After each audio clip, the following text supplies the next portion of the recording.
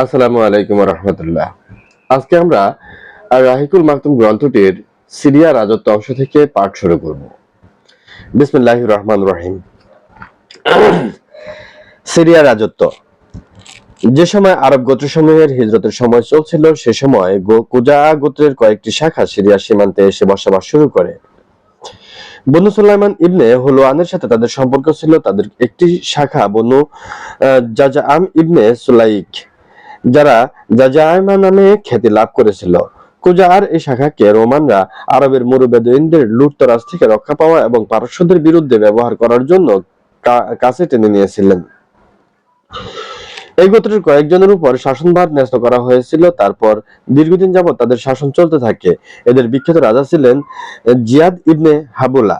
ধারণা করা হয় যে জাজাইমার শাসনকালের দ্বিতীয় খ্রিস্টীয় শতকের পুরো সময়ব্যাপী পরিব্যাপ্ত ছিল।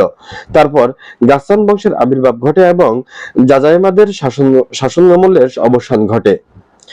গাসসান বংশের লোকেরা বনি জাজাইমাদের পরাজিত করে এবং তাদের আধিপত্য বিস্তার করে। এই অবস্থা দেখে রোমকরা গাসসানি বংশের শাসকদের সিরিয়ায় আরব অধিবাসীদের শাসনকর্তা হিসেবে মেনে নেয়। গাসসান বংশের রাজধানী ছিল বসরা। রোমকরা শক্তি ক্রীড়ানক হিসেবে সিরিয়ার দীর্ঘকাল শাসনভার ক্ষমতা অটুট রাখে। ফারুকি খেলাফতের সময় ত্রয়োদশ হিজরিতে ইয়ারমুকের যুদ্ধ সংঘটিত হয়। এই সময় গাসসান বংশের সর্বশেষ শাসনকর্তা জাবালা ইবনে আইহাম ইসলাম গ্রহণ করেন, কিন্তু অহংকারের কারণে এই লোকটি বেশি দিন ইসলামের উপর টিকে থাকতে পারেননি। পরে সে ধর্মান্তরিত হয় বা মুরতাদ হয়ে যায়। হেজাজের নেতৃত্ব। হযরত ইসমাইল আলাইহিস সালাম থেকেই মক্কার মানব বসতি গড়ে ওঠে। তিনি 137 বছর বেঁচে ছিলেন। যতদিন জীবিত ছিলেন ততদিন ছিলেন মক্কার নেতা এবং কাবাঘরের মোতাওয়াল্লি। হযরত ইসমাইল আলাইহিস সালামের মৃত্যুর পর তার পুত্র নাবেত এবং কায়দার মক্কায় শাসনভার পরিচালনা করেন। এই দুজনের মধ্যে কে আগে এবং কে পরে ক্ষমতাসীন ছিলেন এ ব্যাপারে মতভেদ রয়েছে। কেউ বলেন প্রথমে কায়দার ক্ষমতাসীন ছিলেন এবং পরে নাবেত। এদের পরে এদের নানা মাজাজ ইবনে আমর আল জুরহুমি ক্ষমতা গ্রহণ করেন। এমনি করে মক্কার শাসন ক্ষমতা জুরহুমিদের হাতে চলে যায়।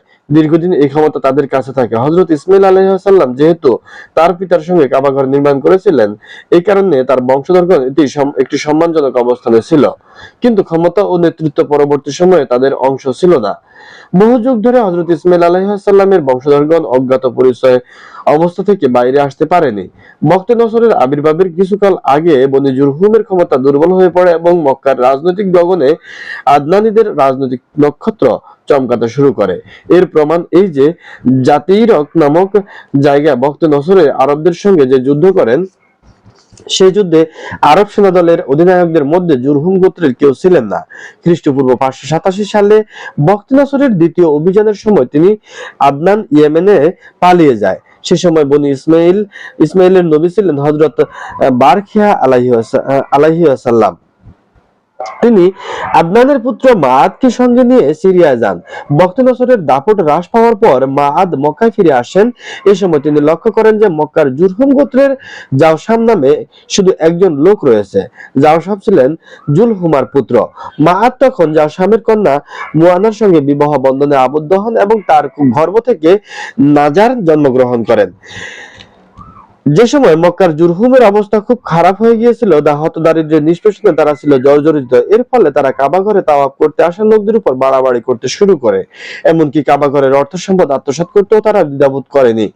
বনি আদনান বনি জুরহুমের এসব কাজের ভেতরে ছিল দারুণ অসন্তুষ্ট। ফলে বনি খুজাআ মারজুজ জাহরানে অভিযানের সময় আদনান বংশের লোককে কাজে লাগায়। বনি খুজাআ আদনান গোত্রের বনি বকর ইবনে আবদে মানাফ ইবনে কেনানকে সঙ্গে নিয়ে বনি জুরহুমের বিরুদ্ধে যুদ্ধ ঘোষণা করেন। বনি জুরহুম পরাজিত হয়ে মক্কা থেকে বিতাড়িত হয়। এই ঘটনা ঘটেছিল খ্রিস্টীয় 2য় শতাব্দীর মাঝামাঝি সময়। মক্কা ছেড়ে যাওয়ার সময় বনু জুরহুম জমজম কূপের ভরাট করে দেয়। এই সময় তারা জমজমের কয়েকটি ঐতিহাসিক নিদর্শন মাটি চাপা দিয়ে তা প্রায় ভরাট করে ফেলে। মুহাম্মদ ইবনে ইসহাকের বর্ণনা হচ্ছে, আমর ইবনে হারিস মুজাজে জুরহুমি হযরত ইসমাইল আলাইহিস সালামের ঘটনায় উল্লেখিত মুজাজে জুরহুমি এবং এই লোক এক ব্যক্তি নন। কাবাঘরের 2টি সোনার হরিণ। মাসউদি লিখেছেন, পারস্যবাসী কাবাঘরের জন্য মূল্যবান সম্পদ ও উপঢৌকন পাঠাতেন। শাসান ইবনে বাবুক সোনার তৈরি দুটি হরিণ, মণিমুক্তা তলোয়ার এবং বহু সোনা প্রেরণ করেছিলেন। আমর এসব জমজম কূপে নিক্ষেপ করেন এবং কাবার কোণে স্থাপিত হাজরে আসওয়াদ বের করে জমজমের কূপে পতিত করে। তারপর তারা জুরহুম গোত্রের সবাইকে সঙ্গে নিয়ে ইয়েমেনে চলে যায়। বনি জুরহুম মক্কা থেকে বহিষ্কৃত হওয়ায় এবং ক্ষমতা হারানোর ব্যথা ভুলতে পারছিল না। জুরহুম গোত্রের আমর নামক এক ব্যক্তি এ সম্পর্কে রচিত কবিতায় বলেছেন, হাজুন থেকে সাফা পর্যন্ত মিত্র কেউ নেই, রাতের মাহফিলে নেই গল্প বলার কেউ নেই। কেন? আমরা তো এখানের অধিবাসী, সময়ের আবর্তনে ভাঙা কপাল, হায় রে হায়, আজ আমাদের করে দিয়েছে সর্বহারা। হযরত ইসমাঈল আলাইহিস সালামের সময়কাল ছিল খ্রিস্টপূর্ব প্রায় 2000 বছর আগে। এই হিসেবে মক্কার জুরহুম গোত্রের অস্তিত্ব ছিল 2100 বছর। প্রায় 2000 বছর তারা রাজত্ব করেছিল। বনু খুজাআ মক্কা তাদের আধিপত্য বিস্তারের পর যদি বকরকে বাদ দিয়েই শাসন কার্য পরিচালনা করতে থাকে, তবে 3টি মর্যাদা সম্পন্ন পদে মুদারা গোত্রের লোকদের অধিষ্ঠিত করা হয়। সে পদ 3টি নিম্নরূপ: হাজিদের আরাফাত থেকে মুজদালিফায় নিয়ে যাওয়া এবং ইয়াউমুন নাফারে হাজিদের মিনা থেকে রওনা হওয়ার ফরমানা প্রদান। 13ই জিলহজ হজে ইয়াউমুন নাফার, ওই দিন হচ্ছে হজের শেষ দিন। এই মর্যাদা ইলিয়াস ইবনে মুদারের পরিবার বনি গাউস ইবনে মুররার অধিকারে ছিল। এদের সোয়াফা বলা হতো। সোয়াফার একজন লোক পাথর নিক্ষেপ না করা পর্যন্ত 13ই জিলহজ হাজিরা পাথর নিক্ষেপ করতে পারতেন না। হাজিদের পাথর নিক্ষেপে এবং মিনায় রওনা হওয়ার সময় সোয়াফার লোকেরা মিনার একমাত্র পথ আকাবার দুই পাশে দাঁড়িয়ে থাকতো। তাদের যাওয়া শেষ না হওয়া পর্যন্ত কোনো হাজি সে পথ অতিক্রম করতে পারতো না। তাদের যাওয়ার পর অন্য লোকদের যাওয়ার অনুমতি দেয়া হতো। সোয়াফাদের পর এই বিরল সম্মান বনি তামিমের একটি পরিবার সাদ ইবনে জায়েদ বিন মানাত লাভ করে। 10 জিলহজ সকালে মুজদালিফা থেকে মিনা যাওয়ার সম্মান বনি আদওয়ানের অধিকারে ছিল। হারাম মাসসমূহে এগিয়ে নেওয়া ও পিছিয়ে দেওয়া বনি কেনান সহ গোত্রের একটি শাখা বনি ফুকাইম ইবনে আদি ও মর্যাদার অধিকারী ছিল। মক্কার উপর বনি খুজাআ গোত্রের আধিপত্য 300 বছর যাবত স্থায়ী ছিল।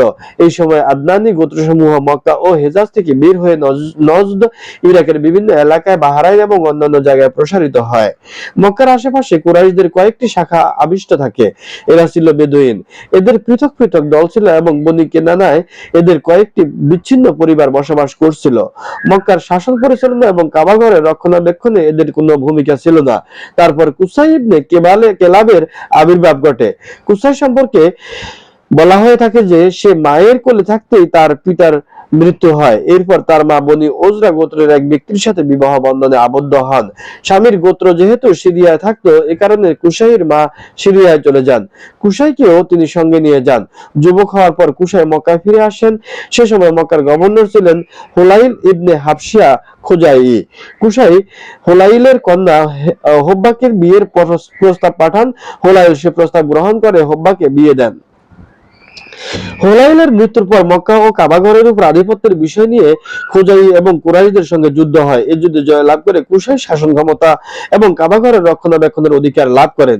এই যুদ্ধের কারণ ছিল এই সম্পর্কে 3টি বিবরণ পাওয়া যায়। প্রথমত, কুসাইয়ের বংশধরদের সংখ্যা বৃদ্ধি এবং ধন সম্পদের প্রাচুর্যের আসার পর কুসাইয়ের সামাজিক মর্যাদা ও প্রতিপত্তি বেড়ে যায়। এদিকে যখন হুলাইলের মৃত্যু হয় তখন কুসাই চিন্তা করলেন যে বনি খুজাআ এবং বনি বকরের পরিবর্তে কাবাঘরের রক্ষণাবেক্ষণ এবং মক্কার শাসন পরিচালনার জন্য আমিই উপযুক্ত। তিনি এক কথা চিন্তা করেছিলেন যে কুরাইশরা নির্ভেজাল ইসমাইলি বংশোদ্ভূত আরব এবং অন্যান্য ইসমাইলিদের সর্দার, কাজে নেতৃত্ব কর্তৃত্বের অধিকার শুধু তাদেরই রয়েছে। এসব কথা চিন্তা করে কুসাই কুরাইশ এবং বনি খুজাআ গোত্রের কয়েকজন লোকের সঙ্গে আলোচনা করেন। তিনি অভিমত ব্যক্ত করেন যে বনি খুজাআ গোত্রের বনি বকরকে মক্কা থেকে বের করে না দেয়া কোনো চুক্তি আছে কি? সবাই তার সঙ্গে ঐক্যমত পোষণ করলো এবং তাকে সমর্থন জানালো। দ্বিতীয়ত, মৃত্যুর সময় কুসাইয়ের শ্বশুর হুলাইল ওসিয়ত করেছিলেন কুসাই কাবাঘরের রক্ষণাবেক্ষণ করবেন এবং মক্কার উপর শাসন কাজ পরিচালনা করবেন। হুলাইল তার কন্যা হেবাকে কাবাঘরের রক্ষণাবেক্ষণের দায়িত্ব অর্পণ করেছিলেন। আবু গুবশান খোজাইকে উকিল নিযুক্ত করা হয়। হোব্বার প্রতিনিধি হিসেবে আবু গুবশান কাবাঘরের রক্ষণাবেক্ষণের দায়িত্ব পালন করতেন। হুলাইলের মৃত্যুর পর কুশাই এক মশক মদের বিনিময়ে আবু গুবশানের নিকট থেকে কাবা রক্ষণাবেক্ষণের ক্ষমতা ক্রয় করেন, কিন্তু খোজা গোত্র এ ক্রয় বিক্রয়ের অনুমোদন করেনি। তারা কুশাইকে কাবাঘরে যেতে বাধা দেয়। এর ফলে কুশাই বনি খুজাআদের মক্কা থেকে বের করে দেওয়ার জন্য কুরাইশ এবং বনি কেনানদের একত্র করে। কুশাইয়ের ডাকে সবাই সাড়া দেয় এবং বনি খুজাআদের মক্কা থেকে বের করে দেওয়া হয়। মোট কথা, কারণ যা কিছুই হোক না কেন, ঘটনাধারা ছিল এমন যে হুলাইলের মৃত্যুর পর সোয়াফা গোত্রের লোকেরা ইতিপূর্বে যা করতো তাই করতে চেয়েছিল। এ সময় কুশাই কুরাইশ এবং কেনানা গোত্রের লোকদের একত্র করেন। আকাবার পথের ধারে সমবেত লোকদের কুশাই বললেন, তোমার চেয়ে আমরা এই সম্মানের অধিক যোগ্য। একথার পর উভয় পক্ষে তুমুল সংঘর্ষ শুরু হয় এবং কুশাই সোয়াফাদের নিকট থেকে মর্যাদা ছিনিয়ে নেন। এ সময় বনি খুজাআ এবং বনি বকর গোত্রের লোকেরা কুশাইয়ের সঙ্গে একাত্মতা প্রকাশ করার পরিবর্তে তারা বিরোধিতা করে। এতে কুশাই তাদের হুমকি দেন, ফলে উভয় পক্ষে যুদ্ধ বেঁধে যায় এবং বহু লোক মারা যায়। অতঃপর তারা সন্ধি চুক্তির মাধ্যমে রাজি হয়। বনি বকর ইয়ামুর ইবনে আউফ সন্ধি করেন। তিনি ফয়সালা করেন যে মক্কা ও কাবা ঘরের দেখভালের জন্য কুশাই বনু খুজাআ হতে বেশি হকদার। কুশাই যেসব ব্যক্তি মেরেছে তাদের রক্ত বৃথা, কিন্তু খুজাআ বনু বকর যেসব রক্ত ঝরিয়েছে তার রক্ত পণ দিতে হবে। আজ থেকে কুরাইশের পথ ছেড়ে দিতে হবে। মক্কার শাসন সে স্বাধীন। সেদিন থেকে ইয়ামুরের নাম হয়ে যায় সিদাখ তথা বাতিলকারী। যুদ্ধের পর সন্ধির শর্ত অনুযায়ী কুশাই মক্কার প্রশাসনিক ব্যবস্থা পুনর্বিন্যাস করেন। মক্কার বিভিন্ন এলাকা থেকে কুরাইশদের ডেকে এনে তাদেরকে প্রশাসনের সঙ্গে যুক্ত করেন। এছাড়া তিনি প্রত্যেক কুরাইশ পরিবারের জন্য নির্দিষ্ট স্থান বরাদ্দ করেন।